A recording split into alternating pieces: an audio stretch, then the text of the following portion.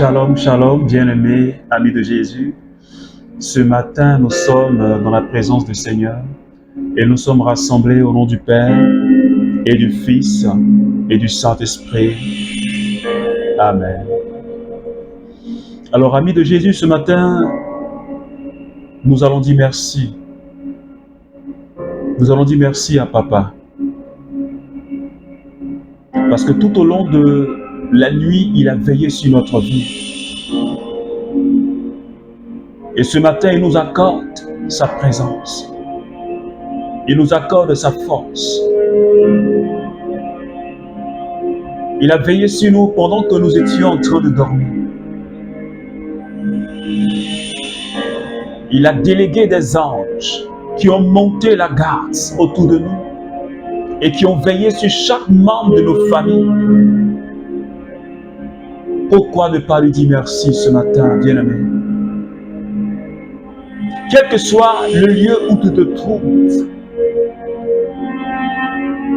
joins-toi à moi ce matin et disons ensemble merci, Papa.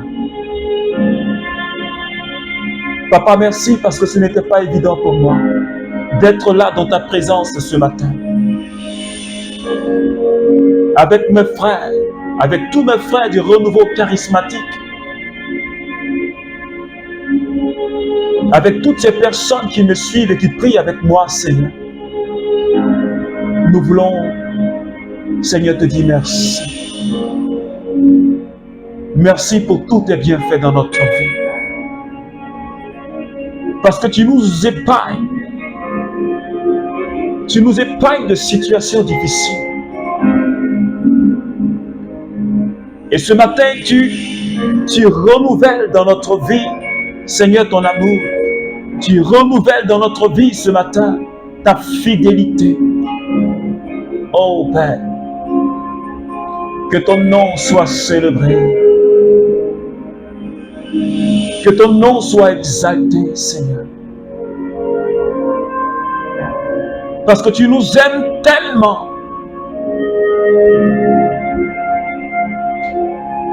Tu nous aimes tellement, Papa, que tu ne peux même pas m'abandonner. Parce que l'amour que tu as pour moi, parce que l'amour que tu as pour nous est un amour éternel. Oh Maranatha, je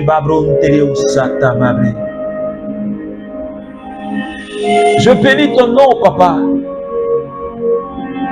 pour l'amour que tu as répandu dans mon cœur par le don du Saint-Esprit. Tu as voulu que je sois en communion parfaite avec toi. Tu as voulu que je sois ta maison. Tu as voulu que je sois le lieu où tu habites. Et tu as fait de moi, et tu as fait de mon frère, et tu as fait de ma sœur le temple du Saint-Esprit. Oh Seigneur, quel honneur, quelle gloire, Seigneur. Je comprends maintenant cette parole du psaume 8. Papa qui dit, qu'est-ce que l'homme pour que tu te souviennes de lui? Qu'est-ce que l'homme pour que tu penses à lui? Mais tu l'as fait presque l'égal des anges. Et tu l'as couronné de gloire et d'honneur. Père, ce matin je comprends la profondeur de cette parole. Et je voudrais encore, Papa, te dire merci. Merci de m'avoir comblé d'un tel amour. Merci d'avoir comblé mon frère d'un tel amour. Merci de nous avoir comblé d'un tel amour en nous donnant le Saint-Esprit. Est-ce que quelqu'un peut commencer à parler au Saint-Esprit? Est-ce que tu peux commencer à parler au Saint-Esprit? S'il te plaît, mon frère, ma sœur.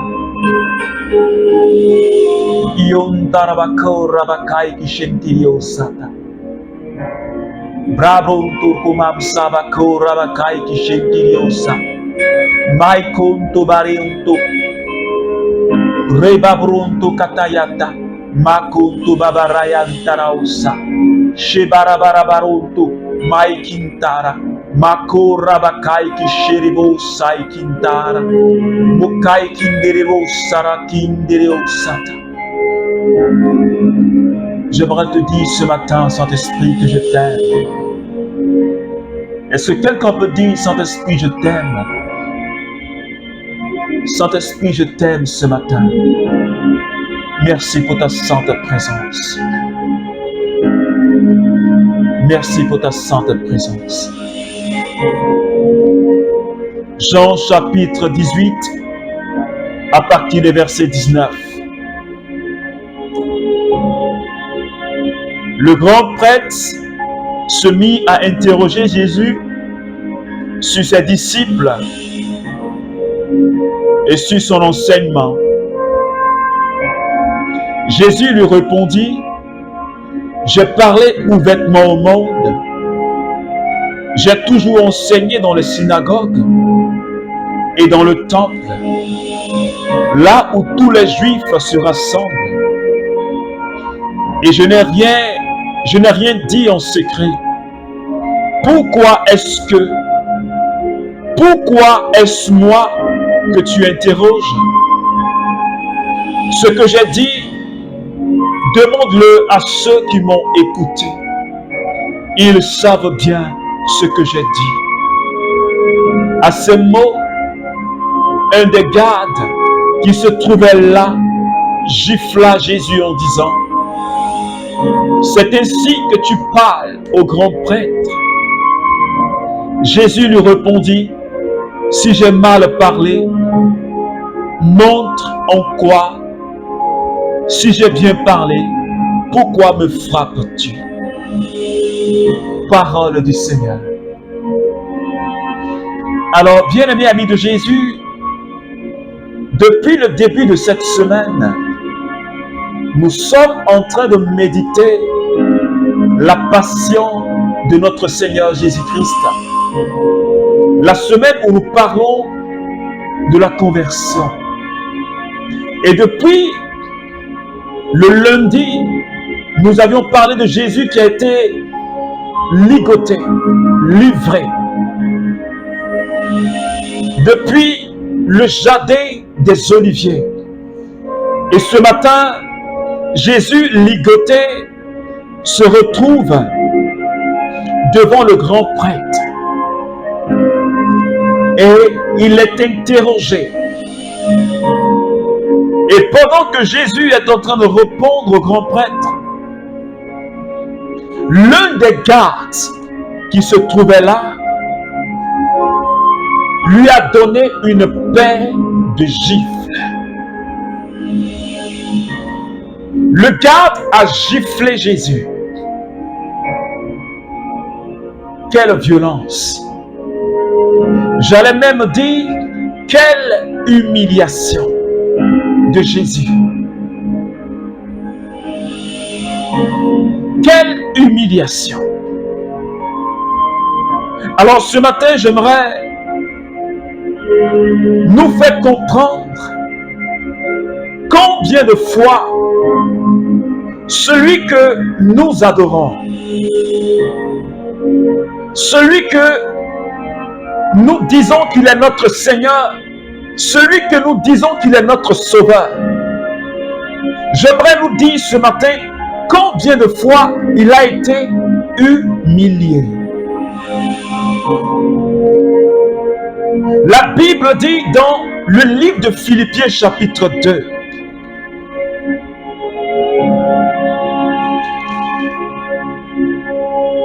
la Bible dit,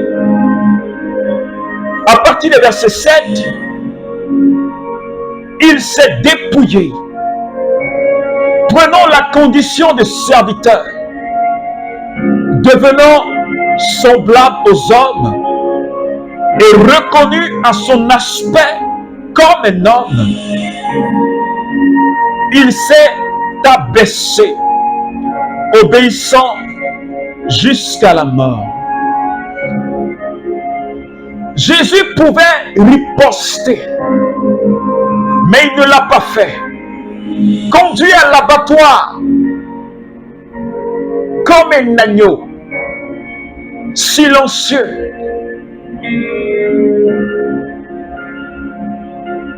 Pourquoi? Il a fait pour moi, il a fait pour toi. Jésus a subi toute cette humiliation pour que toi et moi, nous soyons sauvés. Pour que toi et moi, nous ne soyons plus captifs du péché. Et ce matin, le Seigneur me parle. Devant une telle humiliation, est-ce que je peux continuer à vivre dans le péché? Devant une telle humiliation, ce gars qui était sans cœur, qui était endurci, parce qu'il en voulait tellement à Jésus,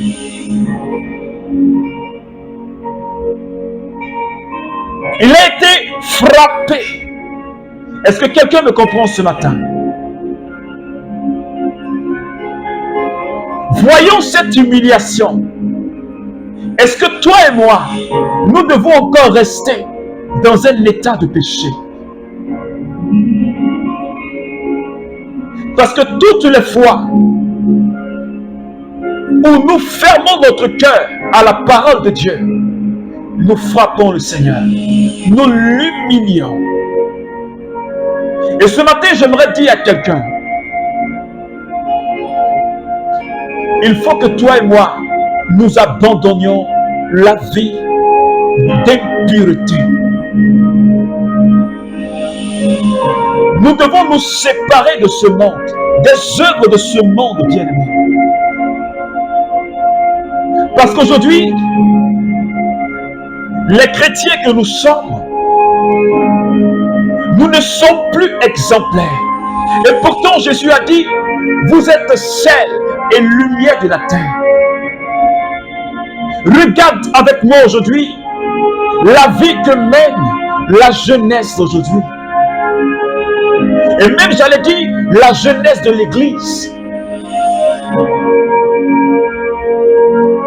Aucune conscience de la présence de Jésus. Aucun amour de Jésus.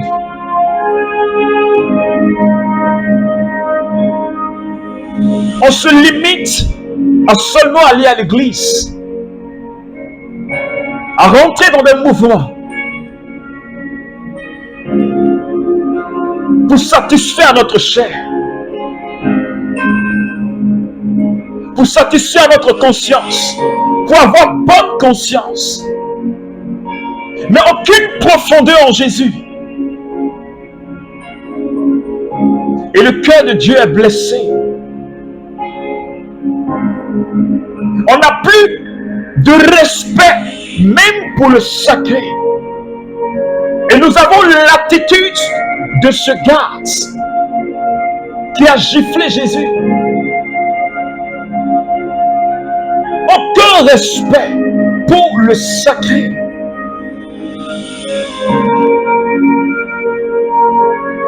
Et nous déshonorons le Seigneur.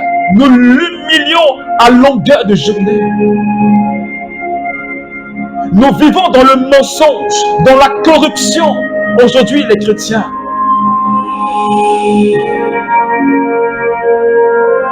Nous vivons dans l'impudicité.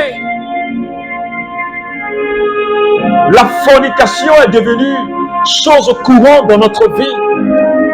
Ce matin, je suis en train de parler à quelqu'un. Et nous réagissons comme ce gars qui ne connaît même pas Jésus. Et parce que nous sommes dans cette ignorance, cette jeunesse qui est dans cette ignorance, nous n'avons aucune connaissance, aucune intimité avec Jésus. Mais comment est-ce que nous allons impacter ce monde? Et nous nous plaignons que les choses vont mal. Bien-aimés, ce matin, le Seigneur nous parle. il me faut prendre mes responsabilités. En tant qu'ambassadeur de Jésus sur la terre, le Seigneur nous a mandatés pour que nous soyons ses porte-paroles. Où sont passés les porte-paroles de Jésus? Où sont passés les disciples de Jésus? Nous ne brillons plus. Que ce soit au travail, nous sommes dans la corruption et dans le vol, dans le détournement. Même dans nos activités commerciales, dans nos maisons.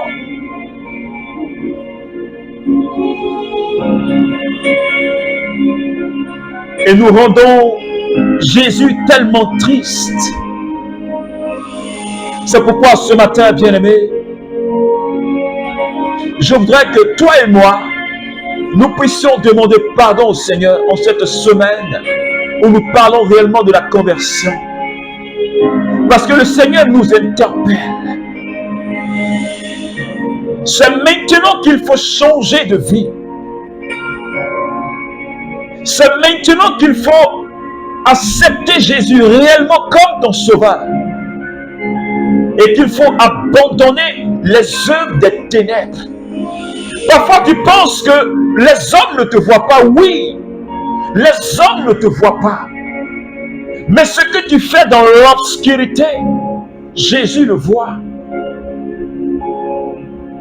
Notre cœur est rempli de haine et de jalousie. Notre cœur est rempli de calomnie. Comme Saint Paul pouvait dire, on nous voit comme cela, comme des vivants, battant à l'église.